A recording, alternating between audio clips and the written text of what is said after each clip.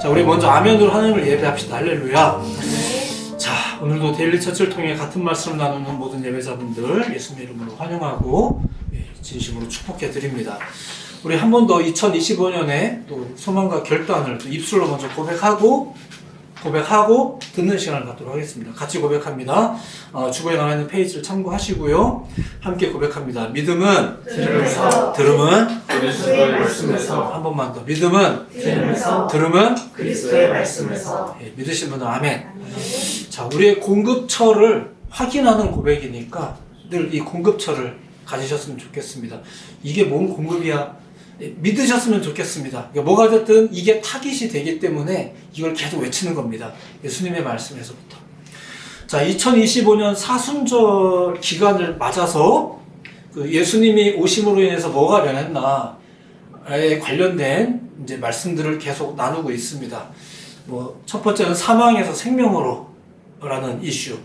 두 번째, 살아날 뿐만 아니라 하나님의 자녀가 되게 하셨다. 또 세 번째, 더 나아가서 이제 하나님의 뜻을 품은 증인이 되게 하셨다. 네 번째, 이걸 좀 아우르는 표현일 수 있겠지만 무엇보다 우리를 예수님의 흔적이 되게 하셨다. 다른 흔적인 게 아니라 혹은 예수님 빼고 내가 직접 하나님의 흔적이 게 아니라 예수님의 흔적. 자, 이런 이야기들을 이제 앞서 소개를 해드렸습니다. 자, 근데 잘 생각해 보면 예수께서 전하셨던 말씀, 그리고 오늘날의 이런 예수님을 믿는 예배자들이 함께 둘러앉아서 나누는 이런 모든 내용들의 특징을 잘 보면 이게 대부분 그 성경시대 당시에 하나님을 믿는 사람들이 이미 가지고 있던 인식들, 그것과 다 관련되어 있었어요. 쉽게 말하자면 당시 하나님을 믿는 사람들도 부활, 영생 이런 거 다 알고 있었습니다. 그리고 그들도 하나님의 자녀, 증인, 이런 개념들, 이런 특별한 존재론에 대해서 이미 알고 있었어요. 그런 하나님의 은혜가 특별히 이제 우리 민족에게 집중된다라는 이런 믿음이 그들에게 있었잖아요. 그래서 유대인들은 자기 민족에 대한 자부심이 그렇게 강했던 거고. 자, 그런데 예수님이 오셔서 이루신 일들이 뭔가를 보면은 그 내용들이, 그 일들이 전부 다 이미 있었던 그 내용과 모양은 되게 비슷한데 결과적으로 이런 겁니다. 저들이 생각하는 방식이 아니었다, 이거예요. 저들이 생각하는 방식이 아니었다. 완전히 생소한 것이기보다는 저들이 생각하는 방식이 아니었다. 행복은 행복인데 조금은 다른 행복. 똑같은 삶인 것 같은데 조금은 다른 삶. 별로 대단한 것 같아 보이지는 않지만 대단한. 이렇게 뭔가 개념과 관점이 달라지는 거죠. 오늘 소개해 드리려는 하나님의 나라라는 것도 그렇습니다. 이 주제는 성경시대에도 이미 만연했던 주제였고요. 오늘날에도 기독교인들이 많이 사용하는 말이기도 합니다. 하나님의 나라, 하나님 나라 이런 얘기들 여러 가지에 막 적용해가면서 이런 표현들을 쓰죠. 그렇게 흔한 주제인데, 그렇게 많이 언급되는 말인데 우리가 정말로 하나님의 나라를 잘 이해하고 있나, 이런 것들.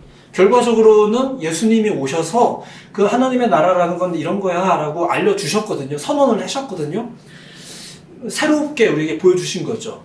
그때도 이미 많이 망가진 이해가 있었는데 그거 아니다 이러면서 새롭게 정해진 게 있는데, 오늘날 우리 그리스도인들이, 오늘날 예수님을 믿는다는 사람들이 그렇게 예수님이 알려준 대로 그렇게 이해를 하고 있는지, 아니면 유대인들처럼 또 그렇게 이해하고 있는지, 이런 내용입니다.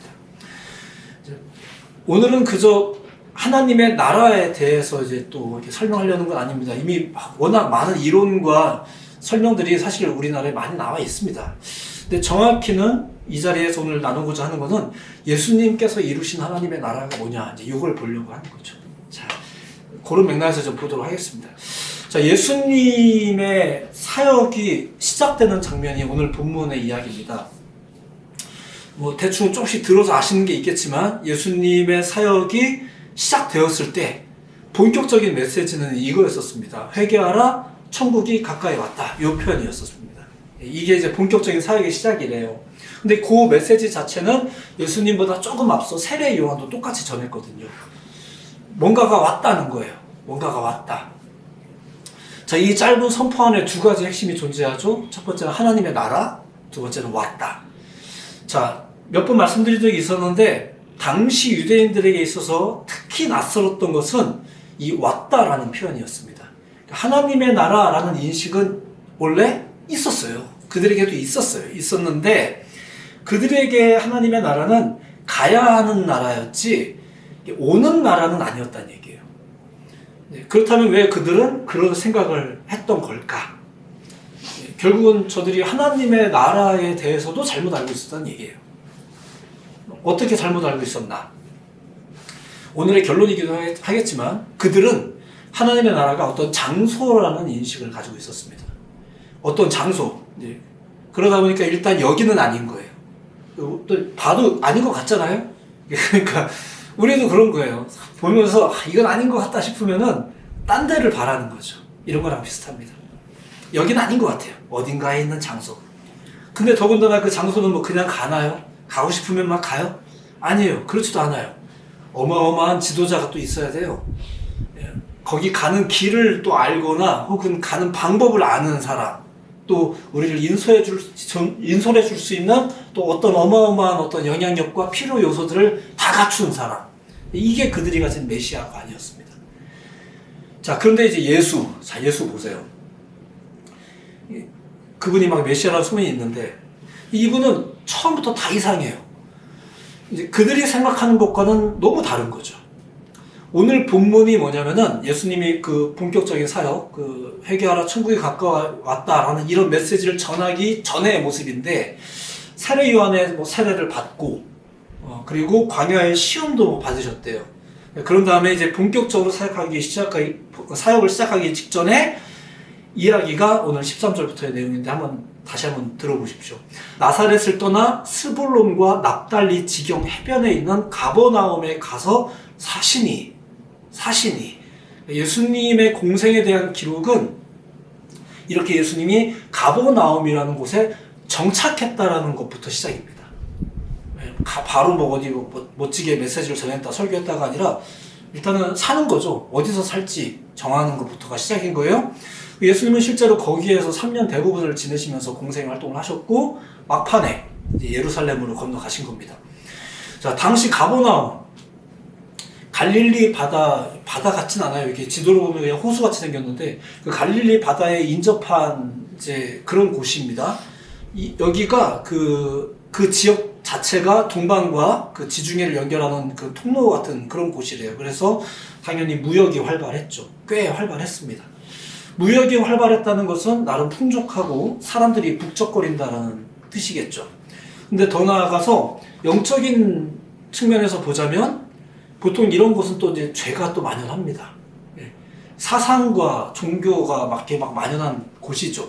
성경에 언급된 주요 도시들이 대부분 다 그런 평가를 받았습니다. 사람 살기 좋다 하는 곳은 잘 보면 역사적으로 우상이나 돈, 인권 문제 이런 것들이 늘 만연합니다. 자, 그런데 그곳을 향해서 아주 오래전에 이사야 때에 이미 그 예언을 통해서 언급된 적이 있었습니다. 이사야의 예언에 이런 예언이 있었거든요. 들어보십시오. 스불론 땅과 납달리 땅과 요단강 저편 해변길과 이방의 갈릴리여 흑암에 앉은 백성이 큰 빛을 보았고 사망의 땅과 그늘에 앉은 자들에게 빛이 빛이었도다. 이사야 9장의 내용인데 이게 뭐 메시아에 대한 예언이다 이렇게 얘기해요. 자, 구약 시대의 그 스불론과 납달리 지역, 이게 예수님 시대에 가버나움이 있었던 그 갈릴리 지역을 말하는 겁니다. 그 예언에 따르면 바로 그곳에 흑암에 앉은 백성이 큰 빛을 보았다라고 말해요. 그곳에 큰 빛이 등장을 했으니까 본 거겠죠. 그리고 큰 빛이 등장을 해서 그 사망의 땅과 그늘에 앉은 자들에게 빛을 비출 것이다. 이런 예언이 이사야 때 있었다는 거예요. 그 내용을 오늘 본문에 보면 이제 마태복음에 인용을 하고 있는 거죠. 이게 메시아에 대한 예언이라고 합니다. 이 예언이 유대인들이 가진 율법이 있잖아요. 그 율법의 버젓이 다 쓰여 있었어요. 율법에 다 기록이 되어 있었어요. 그 장소가 특별하다는 얘기를 하고 싶은 건 아닙니다만 이런 내용들이 이미 있었어요. 그런데 당시 유대인들은 이런 율법의 기록을 가지고도 어떤 이해를 가지고 있었나? 일단 예언처럼 흑암의 땅에 메시아가 등장할 수는 있다고 쳐요. 근데 정말 메시아라면 그런 존재가 거기에 눌러 앉는다? 사신이라고 했잖아요. 근데 거기서 산다고? 아니지. 거기서 살면 안 되는 거죠. 우리를 어딘가로 이끌어줘야 되는 거잖아요. 근데 거기서 산다고? 이제 그럴 수는 없다는 게 그들의 생각이에요. 그리고 더군다나 만약에 메시아가 활동을 한다면 그 갈릴리의 그 가버나움 같은 이런 데 말고 나름대로 중심가 있잖아요. 유대 땅 예루살렘 같은데 이런 데 와서 활동을 하시는 게 낫지 않는가, 이제 이런 게 보통 당시의 유대인들의 생각이었습니다. 이거는 그냥 세속적 발상입니다. 더 좋은 장소가 있다는 발상. 메시아라고 뭐 다르겠어? 더 크게 활동하시려면, 더 크게 목회하시려면 서울에 가셔서 뭐 이런 다 이게 세속적 발상이에요. 그렇게 메시아가 활동하고 우리를 어디로 이끌어준다? 하나님 나라로. 이게 그들이 가진 메시아감과 하나님 나라의 인식이었었어요. 그러니까 그들에게는 첫 번째 하나님 나라가 장소라는 인식이 우선이었다는 거. 그리고 두 번째 메시아에 대한 생각도 역시 앞서 설명했듯이 그랬다는 거. 이겁니다. 특히 저들에게는 장소, 지역에 대한 편견까지 작용을 했다는 거. 좀 전에 말씀드렸잖아요. 어떻게 가버나움 같은 동네에서 이렇게. 오늘날까지도 여전히 예루살렘이라는 장소는 중요하게 여겨지고 있는 것 같습니다. 그 유대인들의 신앙에 따르면. 근데 사실 우리도 마찬가지잖아요. 우리도 특정 도시나 지역을 선호하죠. 자, 그런데 예수님은 어떤 메시아였나? 예수님은 하나님의 나라를 어떻게 여기셨나? 자, 이게 우리에게 던져진 거 아니겠습니까? 증거를 하셨어요, 이미 우리한테. 근데 오늘날에 우리가 그것을 제대로 이해하고 있는가? 이제 이게 오늘의 말씀의 내용이니까. 다시 말씀드리지만 예수님은 저들이 몰랐던 하나님을 전하는 건 아닙니다.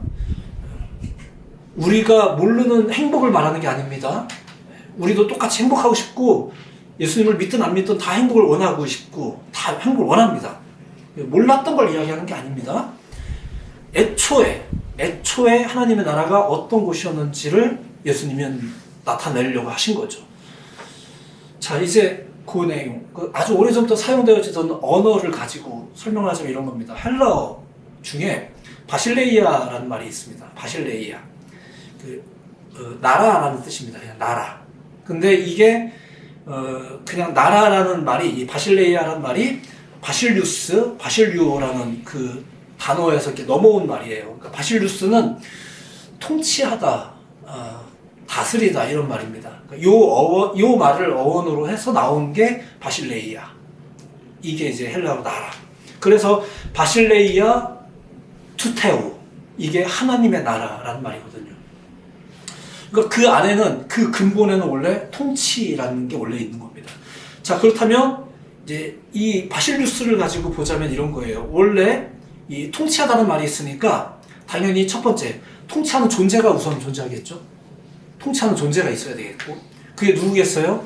하나님이라는 게 우리의 신앙입니다. 이게 우리의 신앙의 근간이자 지지기반이 되겠죠. 반드시 믿으시기 바랍니다. 자, 그래서 바실레이아 투테오, 하나님의 나라라는 개념이 있는 거고, 그 성경시대나 오늘날까지 이게 우리한테 가장 중요한 주제 중에 하나입니다. 땅이 중요한 게 아니라 통치자가 존재하는 게 먼저 중요한 거예요. 자, 두 번째, 통치자가 존재한다면 당연히 통치를 받는 존재도 있겠죠. 이게 성경의 기록에 따르면 모든 피조물이 다 그렇습니다. 예외가 되는 피조물은 없습니다. 피조물들은 우리가 하나님의 통치하에 있다는 것을 아는 게 중요합니다. 근데 당연히 풀떼기들은 그런 거 모를 거 아닙니까? 근데 우리 인지 능력이 있는 우리들은 어떨까? 자, 이스라엘 백성들이 출애굽한 이후에 얼마가 안 됐을 때 가데스 바네아라는 곳에 이르렀었는데, 거기에 딱 가보니까 분위기가, 상황이 되게 안 좋았던 모양이에요. 백성들이 우리를 인솔하고 하고 있는 모세와 아론한테 이런 말을 합니다. 너희가 어찌하여 우리를 애굽에서 나오게 하여 이 나쁜 곳으로 인도하였느냐. 이곳에는 파종할 곳이 없고 무화과도 없고 포도도 없고 석류도 없고 마실 물도 없는 게 많았나 봐요. 그러니까 당신들 따라서 왔는데 여기에 아무것도 없지 않냐, 이렇게 불평하는 겁니다. 근데 이 이야기 속에서도 그랬지만 이미 이 이야기 속에서도 이제 지도자들이 언급했지만 야 없고 한 게 안타깝긴 해. 나도 깜짝 놀랐어. 여기 평소에 그런 데가 아닌데 이러면서 이제 안타까워할 수는 있지만 우리한테는 지금 그게 중요한 게 아니라 이 여정을 누가 이끌고 있느냐가 중요한 거다. 우리는 뭘 기억하는 게 중요하냐?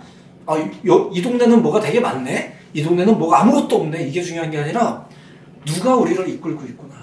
그러니까 피조물들이 알아야 될 것은 누가 우리를 이끌고 있구나. 우리의 통치자가 누구이구나. 이걸 아는 게 중요했는데 이스라엘 사람들은 그거를 잊은 거죠. 그러니까 이렇게 상황이 안 좋으면 잊어버리기도 하는 것 같긴 해요. 그거는 조금 이해가 됩니다. 워낙 힘들면 교회 나가는 거 힘들죠. 이해가 돼요. 근데 그렇다고 해서 애굽이 더 좋아라고 말하는 건 이건 좀 나쁘죠. 어떻게 애굽이 더 좋다고까지 말하면 안 되는 건데 아무튼 그때 사람들은 그랬답니다. 자, 피조물들의 입장에서는 통치를 받는 존재들에게 있어서 제일 중요한 건 뭘까? 우리가 하나님의 통치를 받고 있구나라는 것을 아는 게 중요하죠. 그리고 이렇게 통치하는 존재와 통치받는 존재 사이에는 어떤 원칙과 또 그에 따른 상과 벌이 있게 마련입니다. 당연히 그것은 통치를 하는 존재에 의해서 주도가 됩니다. 통치받는 사람이 나는 상 주세요, 벌 주세요 이건 아니고요. 이제 통치하는 존재 쪽에서 율법, 삶의 방식, 선과 악의 기준, 천국, 지옥 이런 모든 것이 다 여기에 해당됩니다. 자, 이게 바실류라는 말이 가지고 있는 통치하다라는 말의 의미예요. 그리고 여기서 파생되는 것이 바실레이아, 나라. 바실레이아 투테오, 하나님의 나라. 이렇게 말하는 거예요. 자, 그러니까 바실레이아 투테오의 본래 개념을 정리하자면 다시 첫 번째, 통치하는 존재가 있다. 두 번째, 통치받는 존재가 있다. 세 번째, 이를 위한 원칙과 그에 따른 결과가 있다. 근데 이것을 바운더리 치는 그 통치의 영역이 미쳐지는 공간을 바실레이아라고 말하는 거예요. 나라. 자, 그런데 우리가 성경을 보니까 또 한 가지가 또 명확하게 증거되는 게 있더라고요. 그게 뭐냐면은, 자, 하나님의 통치 행위가 있다고 얘기했잖아요. 하나님의 통치 행위가 지역적으로 한계가 있습니까? 자, 그분의 통치 행위가 시대적으로 한계가 있어요. 특정한 사람들에게만 그 통치가 제한돼요. 그 통치하심의 원칙이 불공정해요? 누구만 천국 가고 누구는 지옥, 아무리 길을 써도 지옥 가요? 아니라는 게 성경에 많은 이야기잖아요. 그러니까 우리는 이야기를 듣다 보니까 결국 하나님의 나라에 대한 본래의 가르침, 이거는 이미 신명기 때부터, 그리고 지금 이것을 이야기했던 많은 구약의 이야기에서부터 이미 하나님의 나라라는 것은 장소와 특정 지역에 국한되지 않았어요. 그리고 이제 그런데도 불구하고 하나님의 나라에 대한 이미지, 시오니즘을 가지고 있었던 그 유대인들에게 어느 날 30대 한 젊은이가 등장을 하더니 말하는 거예요. 그거 아니라고. 우리가 가진 율법에도 처음부터 그렇게 쓰여있지 않았었다라고 지금 말하고 다닌 거예요. 그게 예수님의 이야기예요. 성경에는 그 무언가를 알지 못해서 문제가 된다는 식의 이야기가 되게 많이 등장하거든요. 근데 그 중에 단연 첫 번째는 하나님을 알지 못해서라고 이야기를 합니다. 유대인들도 그렇습니다. 이렇게 자기들이 가진 율법의 버젓이, 그 기록이 다 되어 있음에도 불구하고 저들은 오랫동안 왜 그런 잘못된 생각에 빠져 있었을까? 하나님 나라에 대한 이미지, 왜 그랬을까? 메시아에 대한 잘못된 기대감, 잘못된 이미지. 예수님을 보면서 메시아가 뭐 저래? 이렇게. 역사적으로 워낙 오랫동안 땅 문제로 고생을 해서 그런지 모르겠지만 어쨌거나 그들은 계속 하나님의 나라라는 말을 장소의 문제와 엮어서 생각을 했었습니다. 지금까지도. 당연히 메시아에 대해서도 여전히 거기에 맞춰서 기대를 하게 되는 거죠. 자, 그러니까 메시아라는 사람이 우리를 어딘가로 인도할 생각은 안 하고 그런 동네에 정착해서 산다고? 그러면 또 더 나아가 우리랑 오래오래 함께 살면서 뭔가 대단한 일을 좀 이루어 주시면 좋겠는데 또 어딘가로 간다고? 이게 도대체가 예수님께서 행하시는 일들이 잘 이해가 안 되는 건 맞습니다. 제자들도 이해가 안 되니까 자꾸 어디 간다고 하니까 잘 이해가 안 되죠. 왜 굳이 가시냐고. 자, 신약 성경에 보면은 바실레이아라는 단어가 굉장히 많이 등장합니다. 바실루스라는 말보다 훨씬 많이 등장을 하는데, 근데 예수님의 행적을 소개하는 사복음서라든가 성령의 역사, 성령의 이야기를 많이 담고 있는 사도행전에는 바실레이아보다 바실루스가 더 많습니다. 그러니까 아마 하나님의 영에 의한 통치 이런 걸 강조하려고 했던 것 같습니다. 그리고 예수님도 본인의 사역을 막 하면서도 본인 맘대로 한 게 아니다라는 이야기를 워낙 자주 하셨으니까, 그래서인지 거기에서 사용되어지는 하나님의 나라는 전부 다 바실루스가 더 많이 사용됩니다. 자, 그런데 요한계시록에는 바실레이아가 또 많이 나와요. 왜냐면 이게 환상을 통해서 천국을 보는 거니까 약간 장소의 이미지, 장소에 대한 설명 방식이 많다 보니까 바실레이아가 많이 나오는데, 근데 또 바울서신에는 다시 이 바실루스라는 말이 훨씬 더 많이 등장합니다. 그러니까 결과적으로는 초대교회가, 그리고 예수님이 오신 이후에 우리가 가진 이 복음의 근간이 어떤 알 수 없는 유토피아 같은 나라에 대한 그것을 꿈꾸는 신앙을 가지게 만드는 게 아니라 바실루오, 하나님의 통치를 가지는 것, 그리고 그 존재를 인지하는 것, 그리고 내가 어떤 존재인지를 아는 것, 그리고 우리 안에 어떤 법도들이 운행하는 것, 이게 원래 기독교 신앙이었었어요. 원래 이게 기독교 신앙이에요. 그리고 사실 이게 훨씬 더 원래부터 있었던 이 신앙이었었어요. 자, 근데 계속 이것들이 시대와 역사 속에 보면 많이 변질이 되어 왔던 거죠. 자, 그렇다면 하나님의 통치, 바실루스를 근거로 하는 예수님에 의한 하나님의 나라, 이게 또 결국 어떤 것인가? 뭐 반복되는 이야기 같지만 분명히 장소는 아니라는 얘기예요. 장소 문제는 아니에요. 그리고 이게 시기적으로 봤을 때는 또 훗날의 문제도 아니에요. 자, 이게 이제 예수님을 통해서 일어난 일인데 봅시다. 이런 겁니다. 누가복음에 바리새인들이, 그러니까 이게 항상 유대인들의 궁금증이거든요. 바리새인들이 물어봅니다. 바리새인들이 하나님의 나라가 어느 때에 임하나이까, 이런 질문을 했던 적이 있는데, 여기에 예수님이 이런 식으로 대답을 합니다. 잘 들어보세요. 예수께서 대답하여 이르시되 하나님의 나라는 볼 수 있게 임하는 것이 아니요 또 여기 있다 저기 있다고도 못하리니 하나님 나라는 너희 안에 있느니라. 자, 어느 때에 임하냐고 물었는데 우리 안에 있다고 합니다. 일단 때에 대한 것은 아닌 것 같고 또 장소에 대한 것도 아닌 것 같습니다. 일종의 관념처럼 들리는 것은 사실입니다. 자, 그리고 마태복음 12장 28절에도 이런 이야기가 나옵니다. 예수님께서 하신 말씀인데 이런 표현이 있어요. 들어보세요. 내가, 예수님이 말하는 겁니다. 내가 하나님의 성령을 힘입어 귀신을 쫓아내는 것이면 하나님의 나라가 이미 너희에게 임하였다. 자, 당신이 귀신을 쫓아내면 이라고 하시는데 쫓아내셨잖아요. 그죠? 자, 그렇게 예수께서는 하나님의 나라를 현재가 되게 하신 거예요. 한편 유대인들은 말세 하나님의 나라가 있을 것이다라는 기대가 있었거든요. 바뀌었죠. 이 외에도 예수님의 설교라든가 그분의 사역 내용에 보면은 하나님의 나라, 그러니까 바실레이아 투 테오라는 말이 설명이 무수히 등장을 하는데, 근데 그걸 잘 보면은 이게 어딘가에 있는 바실레이아가 아니라 대부분 다 바실루스에 대한 설명이었다는 얘기예요. 그래서 복음서에 이 단어가 더 많이 나온다는 얘기죠. 장소에 대한 강조가 아닙니다. 그리고 이것이 결국은 사람의 이야기로 귀결이 돼요. 자, 말씀을 정리하면 이런 식입니다. 이미 중간에 다 결론도 반복이 된 거지만 예수님의 사역은 하나님의 나라를 선포하셨습니다. 이걸로 시작해서 이걸 성취하면서 끝났다고 말할 수 있을 정도로 계속 하나님의 나라. 심지어 예수님이 그 바실레이아 투 테오였었어요. 그러니까 예수께서 오심으로 인해 변한 게 있다면 하나님의 나라가 세워진 거예요.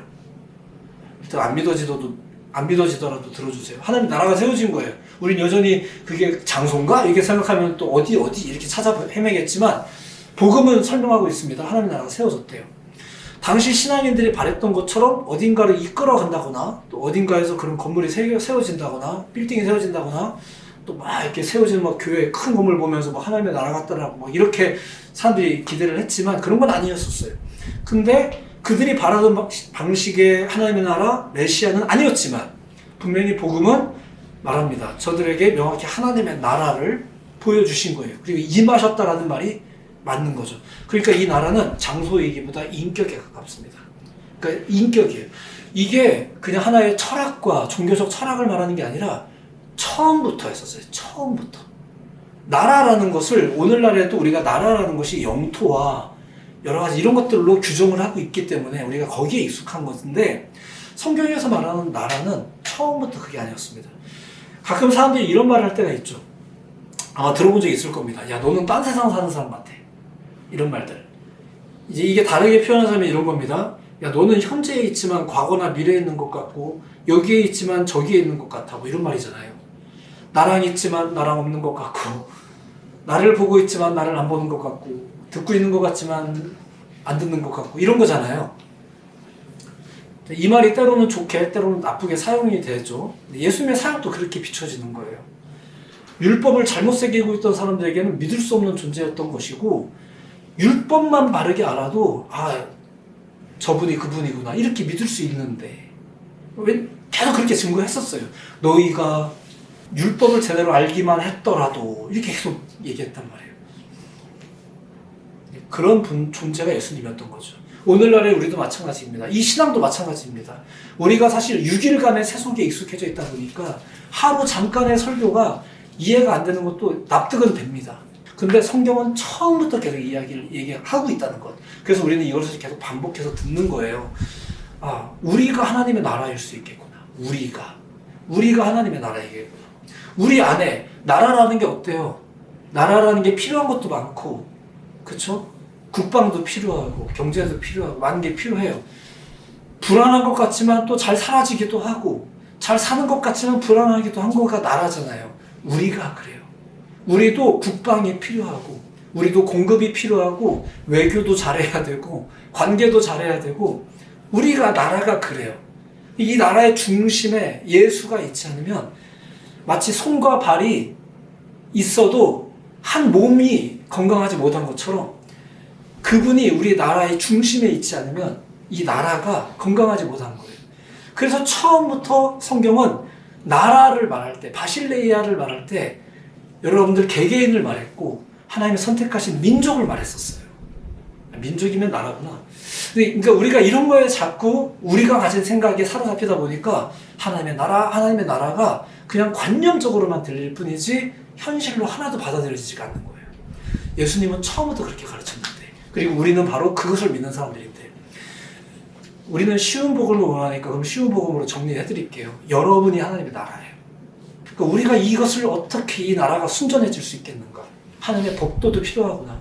잘못하면 벌도 받는구나. 잘못하면 내 몸도 망가지는구나. 예. 나라도 그렇죠. 그게 계속 하나님께서 소개하신 나라였었어요. 그리고 그 나라가 임했다라는 것이에요. 큰 빛이 임해버렸다는 거예요. 이거 예언서에 이미 나왔었어요. 예수님이 임하셔서 그분이 우리에게 빛을 비추셨대요. 실제 그랬어요. 그리고 우리들에게 지금까지도 소망이 되는 빛이 되셨다는 게 바로 그런 고백인 거죠. 구약 시편에 보면 이런 말이 나옵니다. 역시나 구약부터 나왔다는 얘기입니다. 하나님의 나라를 어떻게 소개하는지 한번 들어보세요.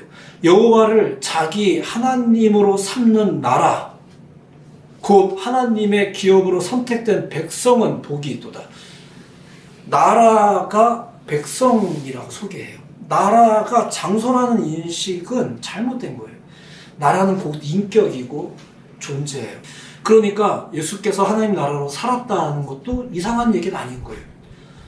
실제로 우리가 외국인들이 여기 와서도 자기네 나라 말을 쓰고, 그러니까 자기 나라에 대한 자부심 있는 사람들은 거기 가서도 자기 나라 말을 막 써요. 이렇게 하는 거죠. 필요하다면 거기 언어를 또 배우기도 해야 되겠지만, 예, 자기 나라에 대한 자부심인 거죠. 여러분들 안에도 하나님이 통치하는 나라로서 우리 안에 자부심이 있다면 우리가 어디 가서 쭈뼛대지 않죠. 그리고 오히려 우리가 가서 선한 영향력을 나타낼 수 있는 거예요. 예수님께서 하나님의 나라를 그렇게 이루셨습니다. 그분이 하나님의 나라셨고, 그분이 바실레이아 투테오였고, 그리고 여러분들이 그런 나라가 또 되게 하셨습니다. 이제 이런 나라들이 주권을 가지고, 하나님께서 주신 주권을 가지고 세상에서 가서 살아가실 때 선한 영향력을 끼친다라는 게 성경적 교훈과 성경적 표현입니다. 그냥 이것이 특정 종교의 표현이라고 받아들일 수도 있을 것 같긴 해요. 뭐 실제로 그런 표현들이 있는 건 사실이니까 어디는 천국이라고 하는데 어디는 극락이라고 하고 뭐 이렇게 할 수 있는 거니까 네, 그렇게 표현으로 받아들이시는 거는 이해가 됩니다. 하지만 적어도 이 표현이 가지고 있는 진정한 의미는 우리가 이해를 해야 되겠죠. 허망한 꿈을 가지면서 언젠가 그런 나라가 세워질 거야. 누가 지도자가 되면 누가 저분은 우리를 거기로 데려가 주실 거야. 단단히 고장난 생각입니다. 이런 고장은 인류사에서 자주 일어났었어요. 이미 성경에도 많이 나왔기 때문에 충분히 이해는 됩니다. 새로운 한 주도 그런 믿음을 가지고 내가 하나님의 나라라는 믿음을 가지고 또 필요하다면 표현을 사용하면서 기도하실 때 주여 내가 하나님의 나라군요 이런 표현을 사용하시면서 살아가는 여러분 모두가 되셨으면 좋겠습니다. 건강한 나라셨으면 좋겠습니다. 건강한 또 실제로 우리 나라이기를 위해서 우리가 기도하는 일이 타당하겠죠. 계속 우리가 건강한 나라를 꾀하는 여러분 모두가 되기를 예수님 이름으로 축복해 드립니다. 기도하겠습니다.